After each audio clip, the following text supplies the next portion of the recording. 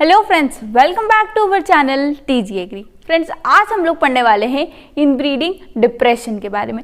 Inbreeding depression JRF and state competitive exam के point of view से लिए तो बहुत ज़्यादा इंपॉर्टेंट टॉपिक है, क्योंकि हर साल जेआरएफ में इसका क्वेश्चन आता ही आता है।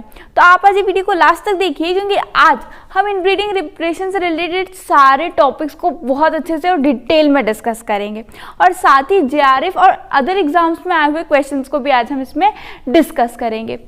और उससे पहले अगर आपको JRF and other competitive exams की सारी इन्फॉर्मेशन के लिए आप हमारी वेबसाइट tgagri.weebly.com पर विजिट कर सकते हैं, पर उससे पहले आप हमारे चैनल को सब्सक्राइब कर लीजिए और साथ ही बेल आइकन दबाना ना भूलें। तो चलिए शुरू करते हैं।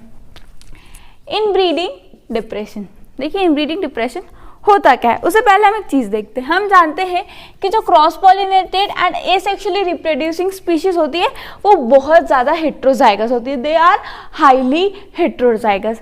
बट कुछ समय बाद क्या होता है, जैसे उसमें सेल्फिंग होती है तो जनरेशन आफ्टर जनरेशन के बाद क्या होता है, उसमें इनब्रीडिंग हो जाती है। इनब्रीडिंग से क्या होता है, फर्टिलिटी और विगर क्या होता है, रिड्यूस होता है। तो इसी को कहते हैं हम इनब्रीडिंग डिप्रेशन। अभी कैसे होता है आप देखिए, हम जानते हैं कि क्रॉस पॉलिनेटेड क्रॉप है हाईली हेट्रोजाइगस है। हाईली हेट्रोजाइगस है मतलब यहाँ हमारे पास डोमिनेंट अलील होगा, कैपिटल ए, कैपिटल बी, और रेसेसिव अलील्स होंगे हमारे पास स्मॉल ए, स्मॉल बी। हम बोल सकते हैं कि ये जो है लीथल इफेक्ट शो करते हैं। देखिए जब इनका क्रॉस होगा तो हम जानते हैं 16 जीनोटाइप्स बनते हैं, ठीक है, 16 जीनोटाइप बनेंगे। उसमें हमारे पास ये पॉसिबिलिटीज होगी। देखिए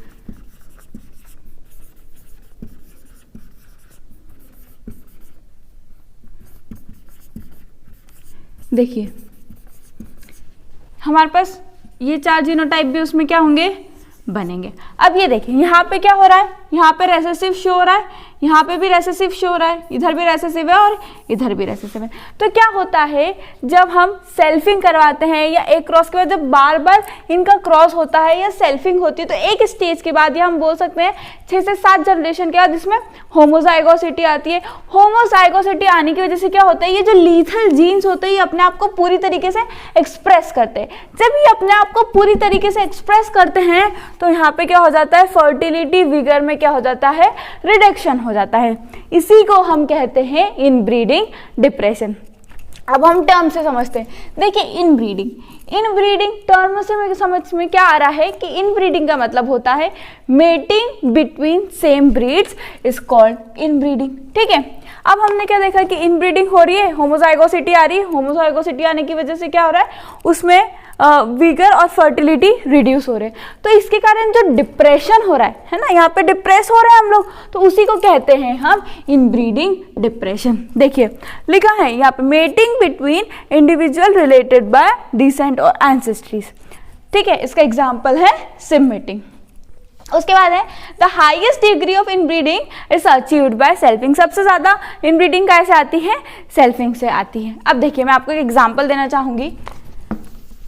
देखिए एक फार्मर है, ए फार्मर, उसने अपने जो नेबरिंग फार्मर है उसको क्रॉप देखी और उसने देखा कि इसका प्रोडक्शन बहुत अच्छा है, तो उसने अपने नेबर फार्मर से क्या ले ली, एक क्रॉप की वैरायटी ले ली, ठीक है। उसने क्या करा, अब उसे अपने खेत में लगाया।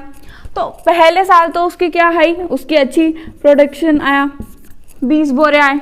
सेकेंड टाइम क्या हुआ, दूसरे साल उसने वही लगाया तो 16 बोरे आए, फिर कम हुआ 15 बोरे आए। तो धीरे धीरे क्या हो रहा है, रिड्यूस होते जा रहा है। तो इसी को कहते हैं हम इनब्रीडिंग डिप्रेशन। तो हाईएस्ट डिग्री ऑफ इनब्रीडिंग कैसे मिलेगी हमें, सेल्फिंग से। अब यहाँ एक और पॉइंट लिखा हुआ है, the measure of degree of inbreeding is provided by the degree of homozygosity in the progeny। ये भी मैंने समझाया कि जितनी ज्यादा होमोजाइगोसिटी होगी उतना ज्यादा क्या होगा, इनब्रीडिंग होगा, ठीक है। तो हम होमोजाइगोसिटी से भी इनब्रीडिंग को मेजर कर सकते हैं।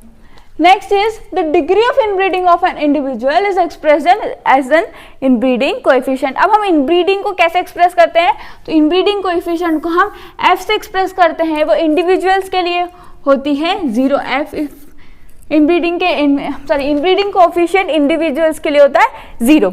Second point is individual produced by selfing of plant from random mating population के लिए होता है F is equals to half. ठीक है, अब हम इनब्रीडिंग डिप्रेशन की एग्जैक्ट डेफिनेशन देख लेते हैं कि exact what is its definition. It may be defined as the reduction or loss in vigor and fertility as a result of inbreeding. जो अभी हमने देखा कि सेम ब्रीड्स में क्रॉस हो रहा है, या हम कह सकते हैं कि एंसेस्टर्स के जो सेम इंडिविजुअल्स या रिलेटेड इंडिविजुअल्स के बीच में क्रॉस होता है, तो उसकी वजह से होमोजाइगोसिटी आ रही है. होमोजाइगोसिटी के आने की वजह से यहाँ पे क्या हो रहा है, इनब्रीडिंग डिप्रेशन हो रहा है. मतलब यहाँ पे हमारे कुछ कैरेक्टर्स में क्या हो रहा है, डिप्रेशन हो रहा है. इसी को हम कहते हैं इनब्रीडिंग डिप्रेशन. अब हम देखते हैं कि इसके क्या क्या इफेक्ट हमारी क्रॉप पे पड़ते हैं. अब हम देखेंगे history of inbreeding depression, effect of inbreeding depression and degree of inbreeding depression. सबसे पहले हम देखते हैं हिस्ट्री ऑफ इनब्रीडिंग डिप्रेशन. देखिए 1876 में डार्विन ने एक बुक लिखी थी. उन्होंने लिखा था कि क्रॉस एंड, उनकी बुक का नाम था cross and self fertilisation in vegetable kingdom. इस बुक में उन्होंने लिखा था कि जो सेल्फ फर्टिलाइजेशन क्रॉप होती है या सेल्फ फर्टिलाइज्ड क्रॉप होती है वो वीकर होती है as compare to cross fertilised crop. और उसके बाद डिटेल्ड स्टडी करी थी इनब्रीडिंग डिप्रेशन की ईस्ट एंड शन ने मेज क्रॉप पर. देखिए डार्विन ने 1876 में ये बुक लिखी और डार्विन ने 1876 में ये काम किया, पर उससे पहले ही हम इस चीज़ के बारे में जानते थे. अब आप पूछेंगे कैसे हम इस चीज़ के बारे में कैसे जानते थे, तो हम एक चीज़, ये चीज़ ज़रूर जानते हैं, हम बोलते भी हैं, हमारे फैमिली में हमारे पेरेंट्स बोलते हैं कि जब शादी होती है ना तो दो अलग अलग गोत्र से होना चाहिए. मतलब जो इंडिविजुअल से जिसकी शादी हो रही है वो सेम गोत्र से नहीं होना चाहिए, वरना शादी नहीं होती है. अब क्या रीज़न है इसके पीछे? इसके पीछे रीज़न है इनब्रीडिंग डिप्रेशन.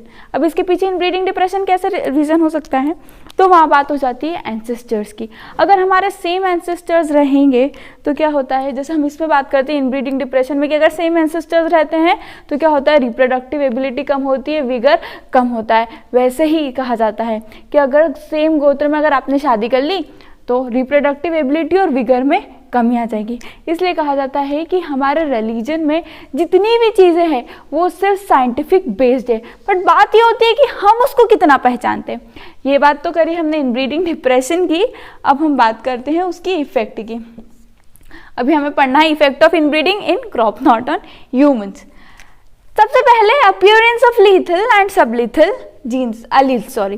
तो ये तो हमने देखा था कि कैसे लीथल एंड सबलीथल जो अलील्स है वो अपने आप को अपीयर करने लगते हैं 7 to 8 जनरेशन के बाद. सेकेंड है रिडक्शन इन विगर. ये भी हमने पहले देखा था कि विगर में कैसे कैसे रिडक्शन होता है. Third is reduction in reproductive ability. Fourth one is separation of population into distinct line. ये बहुत ज़्यादा इंपॉर्टेंट है. अब ये कैसे, देखिए यहाँ पे कैपिटल है जो किसको, टॉल को रिप्रेजेंट करता है, और स्मॉल है ड्वार्फ को. ठीक है, अब हमने कैपिटल है और स्मॉल है के बीच में क्रॉस करवाया तो हमारे पास ऐसी प्रोजेनी आएगी.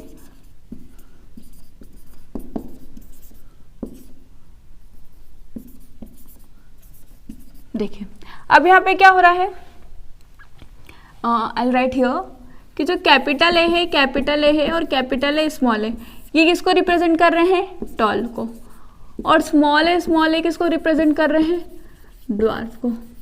देखिए जब इसमें सेल्फिंग होगी तो एक पूरी लाइन टॉल की बन जाएगी, और जब इसमें सेल्फिंग होगी तो एक पूरी लाइन ड्वार्फ की बन जाएगी. तो इसका मतलब क्या हो रहा है, separation of population into distinct lines. मतलब ये क्या कर रहा है, पॉपुलेशन को सेपरेट कर देता है दो लाइंस में. यह क्या देखा है, ए टॉल को रिप्रेजेंट कर रहा है, स्मॉल ए ड्वार्फ को रिप्रेजेंट कर रहा है. जब इनमें सेल्फिंग हो रही है तो हमारे पास जीनोटाइप क्या आ रहे हैं, कैपिटल ए स्मॉल ए और स्मॉल ए. अब यहाँ कैपिटल ए टॉल को रिप्रेजेंट करेगा और स्मॉल ए ड्वार्फ को रिप्रेजेंट करेगा. ठीक है, जब इनकी सेल्फिंग होगी, जब इनको बार बार लगाएंगे तो ये दो लाइन बन जाएगी, कैपिटल ए स्मॉल ए की और स्मॉल ए की. तो ये क्या करेंगे, ये टॉल लाइन को रिप्रेजेंट करेंगे और ये स्मॉल ए ड्वार्फ लाइन को रिप्रेजेंट करेंगे. इसका मतलब होता है separation of population into distinct line. Fifth one is increase in homozygosity.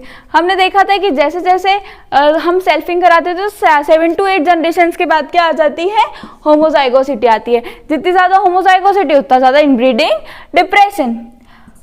Next is inbred lines. Inbred line से बहुत बार क्वेश्चन बनता है। देखिए इनब्रेड लाइन से क्वेश्चन कैसे बनता है कि डेफिनेशन दे दी जाती है और हमारे पास 4 ऑप्शन दिए जाते हैं, pure line, inbred line, clones and none of this. तो अब देखिए इनब्रेड लाइंस होता क्या है।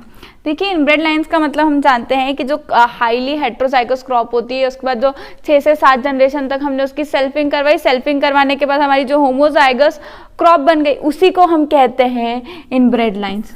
ठीक है, इनब्रीडिंग से जो लाइन बन रही है, सिंपल सा इनब्रीडिंग से जो लाइन बन रही है उसे कहते हैं हम इनब्रेड लाइंस। ज्यादा कंफ्यूज होने की हमें जरूरत नहीं है। तो ये हमने देखा इनब्रेड लाइंस, और थोड़ा सा हमें ध्यान देना पड़ता है कि कैसे आ रही है, क्योंकि क्वेश्चन ऐसे छोटी छोटी चीज़ों से ही बनते हैं। हम पढ़ते बहुत सारा है कि ये पर नहीं, हमें इन बेसिक कॉन्सेप्ट्स पर अपना फोकस रखना है। तो ये हमने देखा इनब्रेड लाइन। उसके बाद हमारा इफेक्ट है रिडक्शन इन यील्ड। ये सब हमने अभी डिस्कस करा था कि ये कैसे यील्ड में रिडक्शन होगा, कैसे इसकी विगर में रिडक्शन होगा, रिप्रोडक्टिव एबिलिटी में कैसे रिडक्शन होगा। कि अगर रेसेसिव एलील्स अपने आप को शो करेंगे तो ऑब्वियसली सब चीज़ों में रिडक्शन ही होना है, क्योंकि वो तो है ही, काम ही है उनका रिड्यूस करने का। ठीक है, तो ये हमने देखा इफेक्ट ऑफ इनब्रीडिंग। अब हम देखते हैं degree of inbreeding. Degree of inbreeding से यहाँ पे हमारा सेंस हो रहा है कि कौन सी क्रॉप कितनी इनब्रीडिंग शो कर रही है। कोई ऐसी क्रॉप्स होती है जो बहुत ज्यादा इनब्रीडिंग शो करती है, कोई ऐसी होती है जो मॉडरेटली करती है, ना ही बहुत ज्यादा ना ही बहुत कम, कुछ होती है जो एकदम कम, और कुछ होती है दिखते हैं उसमें इनब्रीडिंग हमको मिलता ही नहीं है। ठीक है, तो इसके एग्जाम्पल्स एग्जाम में पूछे जाते हैं, तो इसके एग्जाम्पल्स आप अच्छे से देखिएगा। सबसे पहले है हाई इनब्रीडिंग डिप्रेशन, जो अल्फा अल्फा कैरेट में देखने को मिलता है। मॉडरेट इनब्रीडिंग डिप्रेशन हमें मेज, सोरगम और बाजरा में देखने को मिलता है। Low inbreeding depression onion, many cucurbits, राई और सनफ्लावर में देखने को मिलता है। And fourth one is lack of inbreeding depression, यह हमें सेल्फ पॉलिनेटेड स्पीशीज में देखने को मिलता है। आपका क्वेश्चन ये होना चाहिए कि सेल्फ पॉलिनेटेड स्पीशीज में तो बहुत ज्यादा होमोजाइगोसिटी आती है, तो फिर उसमें इनब्रीडिंग डिप्रेशन क्यों नहीं मिलता है? क्योंकि क्या होता है, सेल्फ पॉलिनेटेड स्पीशीज में हमें हेट्रोसिस देखने को मिलता है। क्या होता है कि जो सेल्फ पॉलिनेटेड स्पीशीज होती है ना, उसको उसमें जो नेचर होता है वही रेसेसिव एलील्स को क्या करता है, धीरे धीरे जो अनफेवरेबल एलील्स होते हैं ना, वही उसको धीरे धीरे एलिमिनेट करता रहता है। इसलिए इसमें जो सेल्फ पॉलिनेटेड स्पीशीज होती है, इसमें हमें इनब्रीडिंग डिप्रेशन देखने को नहीं मिलता है। सेल्फ पॉलिनेटेड स्पीशीज में हमें हेट्रोसिस शो होती है। ठीक है, तो ये एक बहुत ज्यादा इंपॉर्टेंट पॉइंट है, क्योंकि बहुत बार स्टूडेंट्स ऐसा कर देते हैं कि self pollinated species show high inbreeding depression because उसमें तो होमोजाइगोसिटी आएगी। बट अभी हमने देखा कि इसका क्या रीजन हो सकता है। तो आज हमने देखा इनब्रीडिंग डिप्रेशन। सबसे पहले उसकी देखी हमने डेफिनेशन, उसका इंट्रोडक्शन देखा, उसके बाद हमने देखी effect of inbreeding depression, history of inbreeding depression and the degree of inbreeding depression. इसके पहले वाले वीडियो में हमने हेट्रोसिस के बारे में देखा था। देखिए हेट्रोसिस भी इनब्रीडिंग डिप्रेशन से रिलेट टॉपिक है। अगर ये कम कर रहा है तो वो ज्यादा कर रहा है, तो आप उस वीडियो को भी ध्यान से देखिएगा, क्योंकि इनसे दोनों टॉपिक से एग्जाम में बहुत सारे क्वेश्चंस बनते हैं। और अगर आपको हमारी दोनों वीडियो पसंद आई हो तो प्लीज हमारे चैनल को लाइक कीजिए, शेयर कीजिए एंड सब्सक्राइब कीजिए। Thank you.